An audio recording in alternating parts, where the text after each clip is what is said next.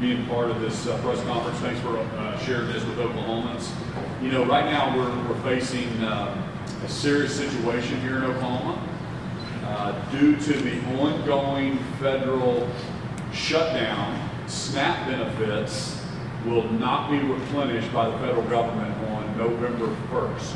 Okay, so just reminding Oklahoma, this is a federal program, and due to the shutdown right now, the fighting that's happening in Washington, D.C., they're not going to be replenished. Unfortunately, SNAP benefits are not the only item that can be affected that Oklahomans rely on. Should Congress fail to pass this continuing resolution, just the numbers that are affecting Oklahoma in November are $205 million. And if it continues into December 1st, it will be a minimum of $350 million that we are shorted in the state of Oklahoma for some of these programs. Simply put, Congress needs to act. I want to clarify, this is a federal issue, and there's what we call a clean CR, meaning it's just a clean bill that continues the funding of the federal government. And right now, the Democrats are not passing it. So I'm so proud of our federal delegation. They have voted on it every single time to pass and open the federal government. And we need, I think, 6 more Democrats. We've had 3 Democrats have come over and have voted for this CR. There needs to be 6 more for it to pass. So what are we doing here in the state of Oklahoma to help? Well, we're continuing to push D.C. for action. We're also mobilizing and working to make sure that Oklahomans can weather this storm. We're talking to all of our state agencies, our federal delegation. We've been in constant contact with them. The legislature here in the state of Oklahoma. We've talked to our churches, nonprofits, asked everyone to assess the situation and figure out a path forward. So the current situation, it's complicated when you're dealing with these federal programs. But the state, I just want to remind everybody, the reason we're fiscally disciplined as a state is because you never know what's going to hit us. You never know what's going to happen. Just in our own personal budgets, you have to be fiscally disciplined. And Oklahoma is in a very, very strong financial situation. We have the largest savings account in our state history. Constitutionally, I've maxed out the rainy day fund. I can't put another dollar in. We've got as much money as we can possibly put in there. However, if we use state funds, whether that be from our rainy day fund or from other sources, the federal government has said they're not going to reimburse us, or it's not likely, or they can't guarantee it. So before resorting to rainy day, we're going to beef up other programs that we have. So we have the SDE, our Department of Education. We've got WIC. We've got other programs that are here to help, which some folks behind me, we've got people from the nonprofits, from different state agencies here to answer questions as well. We're working with our legislature to understand all the options that we have as a state, if this continues for any period of time, to take care of our fellow Oklahomans. That's the main thing that we want to do. But it's also, I want to remind Oklahomans that now is the time for us to step up as fellow Oklahomans, the Oklahoma Standard, neighbors walking with neighbors. We're best known all across the country. People talk about the Oklahoma Standard, and when times get hard, the Oklahomans step up. And so that's what I'm encouraging all of my fellow Oklahomans to do. We've set it up when I first came to the office, was be a neighbor. And I know that passing laws in Oklahoma City or Washington, D.C. Don't really do anything unless you have neighbors walking with neighbors, and you have people helping one another out. So all of that is important, but we need to have neighbors walking with neighbors. So I encourage you, every Oklahoman, to go to beaneighbor.org, and if you need food assistance, that's where you go, to beaneighbor.org. And you can find a list of local churches, of some of the food banks, the nonprofits in your area that can help you bridge that gap if this continues for any length of time. Next, I encourage all of us that if you're not on food assistance, to encourage you to shop at your local grocery store. And the reason that's important, when you think about kind of the consequences that happen to something this major, some grocery stores in the area, they're heavily reliant on SNAP recipients and people spending money in their grocery store. So it can have some trickle effects out. So whether you're buying food to donate to places like the food bank that we're in today, or just going for your regular grocery haul every week, support your local grocery store. And the other thing, I've got some great guests behind us that can kind of boots on the ground in the different communities that we're going to open up to questions, that they understand everyday needs and what we need to do to help our fellow citizens that may be needing some assistance during this time. So I know Oklahomans are going to step up. We're going to bridge the gap, and I'm going to continue to work with our federal delegation, our state delegation, our legislature to make sure that the impact on Oklahomans is as minimal as possible. And so we're asking the churches and nonprofits to step up.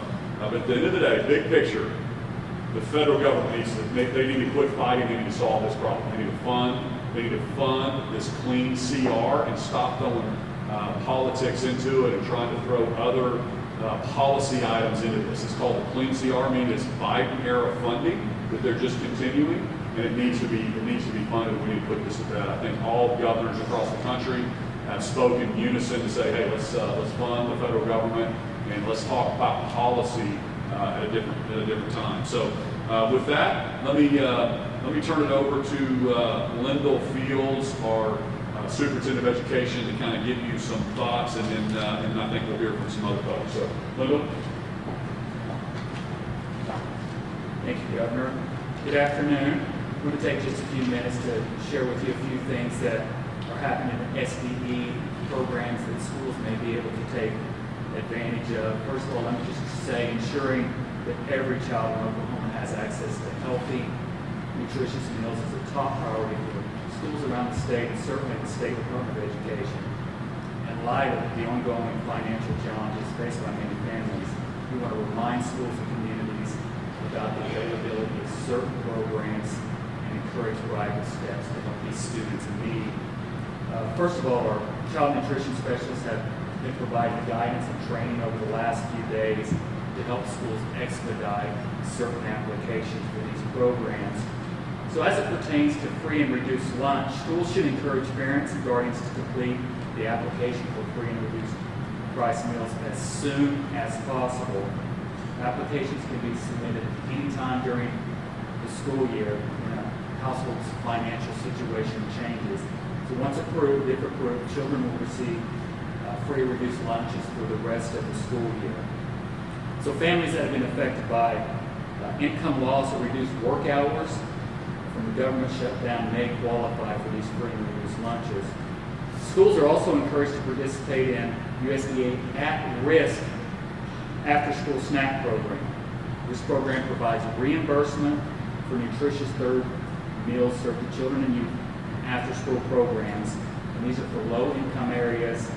Eligible schools are in attendance, where there's an attendance where 50% of the students qualify for free and reduced meals. We think there's a great opportunity for schools to take advantage here. So as always, we want to thank our school districts for all they do to ensure children receive nutritious meals during the day. Please reach out to us if we can be any assistance or provide support and guidance to these application processes. Thank you all.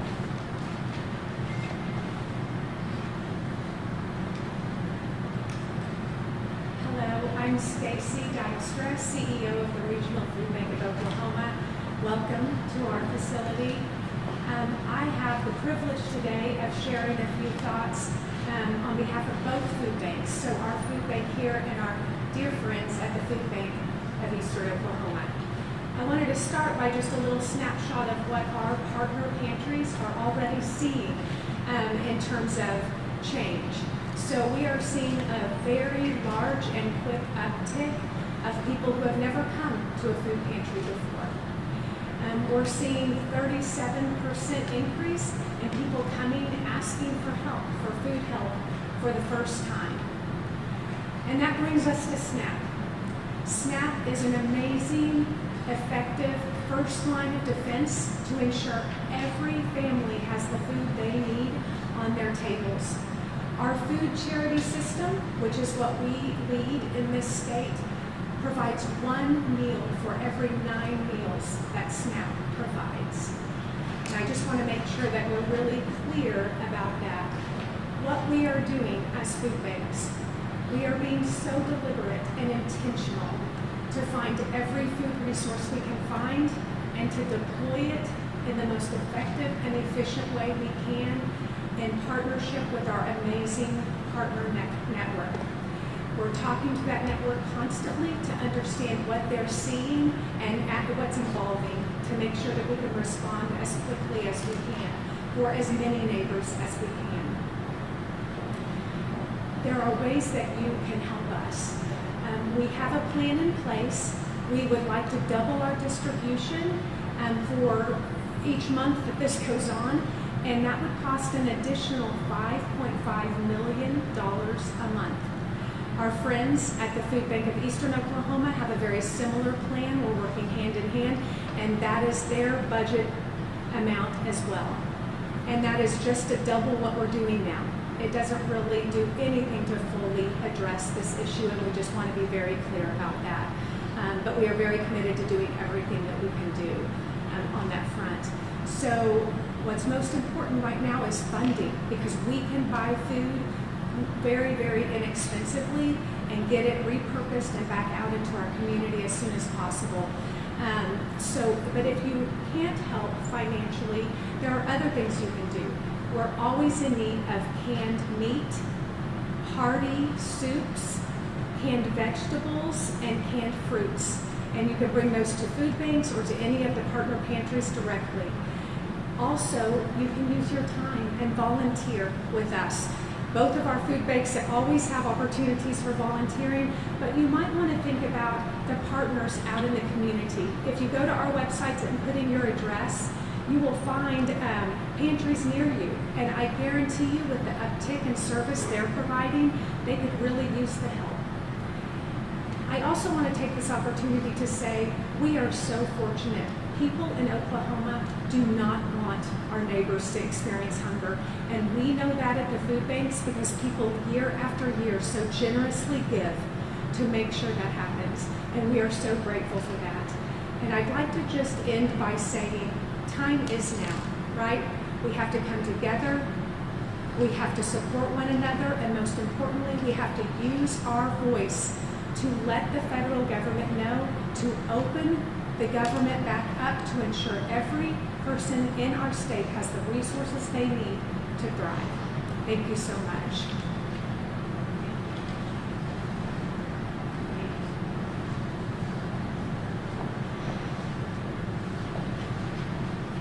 Hello, I'm Cody Anderson. I'm a senior pastor of Faith Center Fellowship in Mino, Oklahoma. We're a multi-church campus there serving Northwest Oklahoma, and we have been a part of a conversation of readiness from churches from Enid all the way to Guyman, churches in Tulsa, churches in Oklahoma City, Dale City, Midwest City. We've just taken on a task with our team to connect as much as we possibly can, to have conversations of whether or not we can serve at these specific times in crisis. And so there's two things that we see happening in the state of Oklahoma. Number one, we all know just the spirit that Oklahoma carries. And we also want to thank the governor for his initiative in these conversations that were taking place a couple of weeks ago to begin to ask churches to begin to respond. And this is what we've been seeing. We've been seeing churches come together with emergency packages, boxes, where they can serve 7 meals for some of them. Some of them are 14 meals, but we're seeing this take place in multiple areas of the state. It's encouraging to me. And so what I want to share is just a couple of things that we can practically do as church, as Christians, as fellow Oklahomans that simply care neighbor to neighbor, friend to friend, to help our communities be stronger. And that simply take the time. Don't just shop for yourself, shop for others. As churches, go, be prepared. Encourage one another to come together, get the emergency boxes put together, And if we just take the system of 5, this is very, very simple, but it's very practical and it's impactful. If 5,000 churches in the state of Oklahoma, between nonprofit and churches that do exist in the state of Oklahoma, there's shy of 6,000, but let's just take the principle of 5. If 5,000 churches respond this weekend, today, and they begin to put together 50 boxes of emergency food, and they do that twice a month for the ongoing purposes, not just because of the pending crisis that we're looking at, but because this is a serious issue that exists in our state, food insecurity. But if 5,000 churches will focus on 50 boxes of emergency response, and they do that twice a month, just do the math on that. That's almost 500,000 people that are served in our communities, in our areas, and it helps relieve the pressure off the incredible job that the food banks do. Secondly, if you are a church and you are a pastor and you know the resources that you have in your county, in your city, get those handed out to your people immediately. We have the greatest resource in the state of Oklahoma.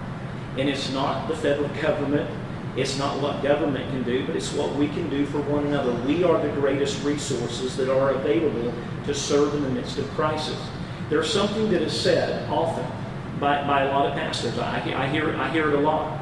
And it's the fact is, well, it is going to reopen. And we pray that it's going to reopen. We pray that things are going to change, that right minds would come together and wisdom would prevail. I think we all want to see that happen. But if it doesn't, this is not a moot point, because food insecurity in our nation is a serious thing. 1 in 5 children deal with food insecurity in their homes. Here in Oklahoma, we have some serious issues with food insecurity. We have a facility that we are building to help address food insecurity for the elderly and for veterans in our immediate area. So it's a serious issue that continues beyond November 1, beyond the upcoming weeks and upcoming months. But if 5,000 churches would begin to come together with their congregants and begin to establish emergency response packages, we can make a huge dent. Just that step alone makes a huge impact. Second thing that pastors will say is this. They'll say, well, listen, there's too many people that abuse the system. And that is true. There are people that abuse. There's bad actors and everything. But the truth is this, that when it comes to my values, and probably your values as well, not a one of us are perfect, and we probably all abuse some things called the mercy and the grace of God. I haven't been perfect in my life, but I'm thankful that due to God's mercy and His grace, He has responded to me in an incredible way and has given me a life that's been absolutely amazing through Christ Jesus. But the truth is this, is that if the church responds with mercy and not judgment, we can get a lot more done. It's amazing what happens in the tide of rhythm when we serve together.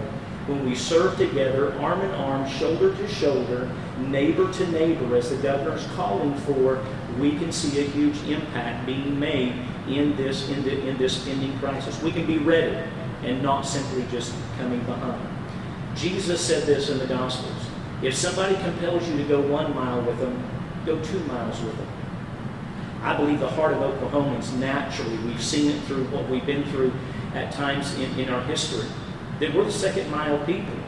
But there's a time to be the second mile church, the second mile organization that will do what's necessary in these times, and we're seeing that. And I'm so thankful for what the food bank does and for all of these organizations that stand up here and that are here today and that help in incredible ways.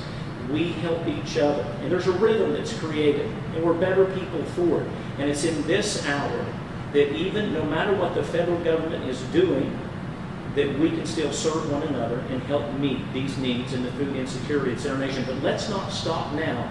Let's let this continue. And with every church, 5,000 of them, let's just say that, do that, 50 boxes, 2 times a month, we can help make an impact. Thank you.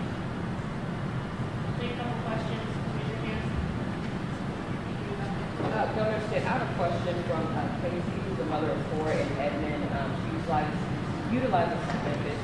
She wants to know, what is your message to Oklahoma families, and is there a light at the end of this situation? You know, I'm like most Americans, I've been really thinking that this thing would solve before November 1st. We're just getting prepared in case it doesn't. I think the pressure is mounting. I believe that Congress is going to vote and fix this. It's in the Senate right now. House has passed it. Again, we need 6 more votes to fund the government. So I would tell her just to be very optimistic. I think the longest shutdown in American history was 35 days, and we're coming up on 30 right now. And it was a little bit different at that point. We're at the beginning of the fiscal year, and this SNAP programs weren't kind of in the crosshairs in that previous shutdown. So I think it's going to get solved. But if it goes to Christmas, I want her to know to go to beaneighbor.org. Also, I think, I don't know if I said this, but if you need help, go to beaneighbor.org. It'll give you places to go get food. If you are a church, or back to what the pastor said, and you want to provide something, you can go to beaneighbor.org and you can sign up to be a provider. So that's the connection point. The government's trying to facilitate, the state government is, and then we're looking at all other options if this continues on. So tell her to hang in there, and we'll make sure that she has what she needs. She's also asking, what if you don't have the means to get to a food bank? What if you live in a rural part of Oklahoma? Yeah. So are there deliveries, or there's somewhere around? Jeff, you I'm going to take that. Yeah, sure. Well, thank you for the question. I think we have a kind of 3-pronged approach here, both food banks. Obviously, we're going to utilize our partners across the 77 counties between the 2 food banks that we serve. And we have over 600 partner agencies combined total. So we'll start there by putting food in, but also looking at food deserts, looking at the MPNs where we know that there's a large community that receives SNAP, right? And looking at transportation. We're going to be putting the message out, relying on our partners a lot to communicate with us as well. And we are committed to doing mobile distributions to the home of people that aren't able to. When you look at rural Oklahoma, a lot of the clients that use SNAP are probably going to the local grocery store, and they might be walking on foot. So we know that that's reality. We don't have a perfect plan, but we do have a plan in action. We want to make sure that everybody has something during this time. Governor, you asked state agencies to submit a plan dealing with their federal programs and the money they get. Do you have any update on that? And will there be an option to move any of that federal money around, or is this just looking to the future? I don't specifically have an update on all the different agencies. They're working on it. Again, nothing's happened until November 1st here, but we're looking at all those options. But like I said before in the beginning, SNAP benefits alone is around 130 million. We'll have a shortfall in some of these programs. You've also got child care programs that will be affected. December 1st, we're looking at $350 million. And we have we're in a good situation, but these are federal programs, and it's very, very complicated, because even if we wanted to put the money in immediately to solve November's problems, we don't even have access to those credit cards and how the SNAP benefits are delivered. And so we're having to work behind the scenes and to engage the people behind me and all the folks across Oklahoma. And that's why I'm thankful the media is here to share some of these messages with people, to get the message out. Because November 1st, potentially, if the government doesn't reopen, then there could be really families that are struggling with how to buy groceries for that week. And so that's what we want to get ahead of. We want to try to fix. But I want to remind people, this is a federal issue, and we need to put pressure to make sure they get solved. All of our federal delegation, it's been up for a vote for 13 times, and all of our representatives in the state of Oklahoma have voted to open the government every single time. So I just want everybody to know we are trying, and but politics are being played at a level that is above just Oklahomans trying to take care of Oklahomans. Governor, so you mentioned earlier that our rainy day fund was maxed out. Can you talk about how much is in that fund, and at what point the state would actually use that money? Yeah, so the rainy day fund, it's close to $1 billion. It's about 15% of our overall GR, general revenue, is kind of constitutionally how it's set up. It's totally maxed out, and then we have some other funds as well. But to access the rainy day fund, it's set up in a way that you're only supposed to access it in a revenue failure right? Well, we don't have a revenue failure. This is a federal government problem, not a state problem. And so to access that, the max you can access is 300 million, and it takes 2/3 of a vote of the legislature, so we have to call people back for a special session. And then how do we actually get it delivered by November 1st on those cards, which we don't have the access to do it. So that's what I mean by it's kind of complicated to deliver that. And so, we're looking at all that. If things continue through, Jeffrey Cartmill, who runs DHS, is looking at all that. We're talking to the vendor that monitors those cards to see if we need to do something in the month of December or later on. What does that look like? How quickly can we get that done? But again, we're encouraging all of our representatives across the country to do the right thing. Let's reopen to go. Governor, did you reach out to any minority groups, churches, organizations, and stuff? Yes. The church groups are calling it, like you said. We've talked to them from Altus to Guyman to Tulsa to Godibo to Idabel and all in between. And so, again, all the churches, when you're serving your community, go to beaneighbor.org and sign up as a place that can provide some of these assistance to your neighbors in your local community.